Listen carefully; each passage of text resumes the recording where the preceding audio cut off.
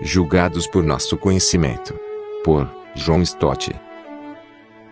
A quarta doutrina cristã na qual está implícita a importância da mente é a doutrina do juízo de Deus. Pois um ponto é bastante claro no ensinamento bíblico quanto ao juízo, que Deus nos julgará pelo nosso conhecimento e pela nossa atitude em resposta, ou pela falta desta, a sua revelação.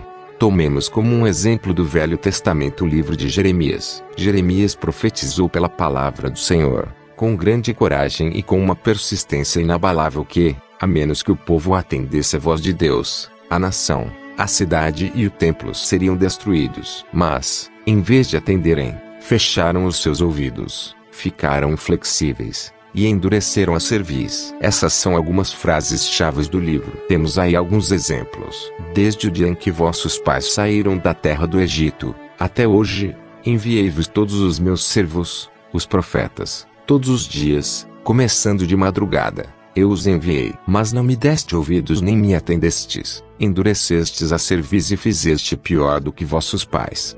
Ordenei a vossos pais no dia em que os tirei da terra do Egito, dizendo, dai ouvidos à minha voz, e fazei tudo segundo o que vos mando, assim vós me sereis a mim por povo, eu vos serei a vós por Deus. Porque deveras adverti a vossos pais no dia em que os tirei da terra do Egito, até o dia de hoje, testemunhando desde cedo cada dia, dizendo, dai ouvidos à minha voz. Mas não atenderam nem inclinaram os seus ouvidos. Antes andaram cada um segundo a dureza do seu coração maligno. Durante 23 anos.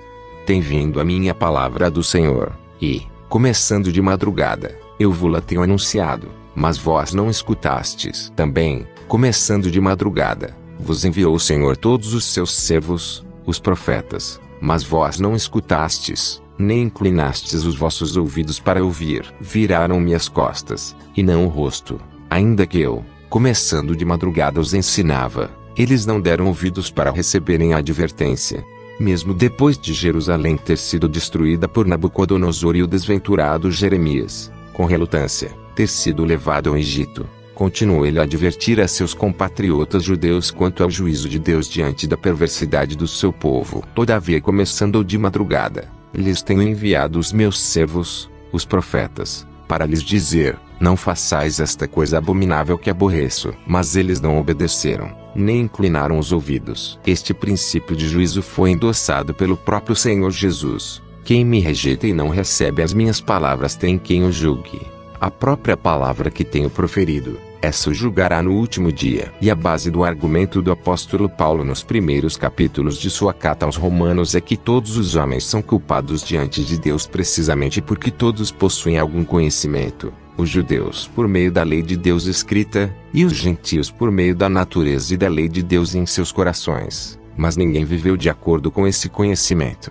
É um pensamento solene de que, com o nosso anti-intelectualismo, tanto nos opondo como não nos incomodando com ouvir a palavra de Deus, poderemos estar preparando para nós o juízo do Deus Todo-Poderoso. Tentei mostrar como a racionalidade humana tem uma importância fundamental nas doutrinas básicas da criação, revelação, redenção e juízo. Deus nos constituiu como seres que pensam. Ele nos tratou como tais, comunicando-se conosco com palavras. Ele nos renovou em Cristo e nos deu a mente de Cristo, e nos considerará responsáveis pelo conhecimento que temos. Talvez se comece a ver agora o mal que é essa disposição anti-intelectualista, cultivada em alguns grupos cristãos. Não se trata de uma verdadeira devoção, absolutamente, mas sim de uma conformação a uma onda deste mundo. Ou seja, trata-se de uma forma de mundanismo.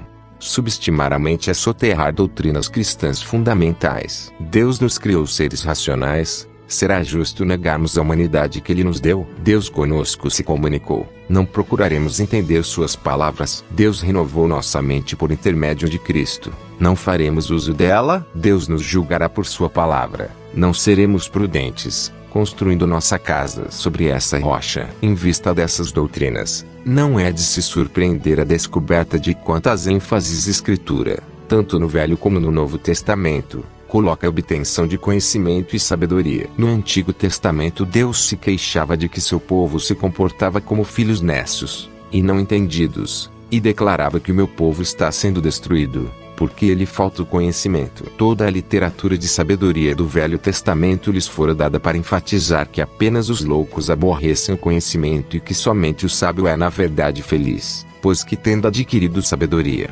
possui algo melhor do que o ouro e mais precioso do que pérolas. De igual forma, no Novo Testamento uma boa parte das instruções dos apóstolos foi dirigida no sentido de adquirirmos a sabedoria divina, aplicando numa vida santa. Reunindo toda a vossa diligência, escreveu Pedro, associai com a vossa fé a virtude, com a virtude, o conhecimento. Expomos sabedoria entre os experimentados, escreveu Paulo, e prosseguiu censurando os coríntios pela imaturidade que tinham. Eram ainda como bebês. Disse que necessitavam de leite, incapazes que eram de ingerir o alimento sólido da sabedoria do alto. Dessa forma, o principal motivo das orações de Paulo com respeito às jovens igrejas e seus membros era que crescessem em conhecimento e que o Espírito Santo, o Espírito da verdade, exercesse o seu ministério entre eles. Com eles. Para os de Éfeso ele orou que o Deus de nosso Senhor Jesus Cristo, o Pai da glória, vos conceda espírito de sabedoria e de revelação no pleno conhecimento dele, iluminando os olhos do vosso entendimento, para saberdes qual é a esperança do seu chamamento, qual a riqueza da glória da sua herança nos santos, e qual a suprema grandeza do seu poder para com os que cremos. Mais adiante, nesta mesma carta, ele orou que sejais fortalecidos com poder, mediante seu Espírito no homem interior, e assim habite Cristo nos vossos corações pela fé. Porque, eis a razão, estando vós arraigados e alicerçados em amor, a fim de poderdes compreender, com todos os santos, qual é a largura, e o comprimento, e a altura, e a profundidade, e conhecer o amor de Cristo que excede todo o entendimento, para que sejais tomados de toda a plenitude de Deus. Pelos Filipenses, orou, que o vosso amor aumente mais e mais em pleno conhecimento e toda a percepção, para provardes as coisas excelentes e serdes sinceros e inculpáveis para o dia de Cristo, cheios de frutos de justiça. Pelos Colossenses, orou, que transbordeis de pleno conhecimento da sua vontade, em toda sabedoria e entendimento espiritual, a fim de viverdes de modo digno do Senhor, para o seu inteiro agrado, frutificando em toda a boa obra, e crescendo no pleno conhecimento de Deus. A repetição dos termos conhecimento, sabedoria, percepção e entendimento é mesmo impressionante. Não resta dúvida que o apóstolo considerava tais pontos a própria base da vida cristã. Julgados por nosso conhecimento. Trecho tirado do livro Crer é Também Pensar, por John Stott.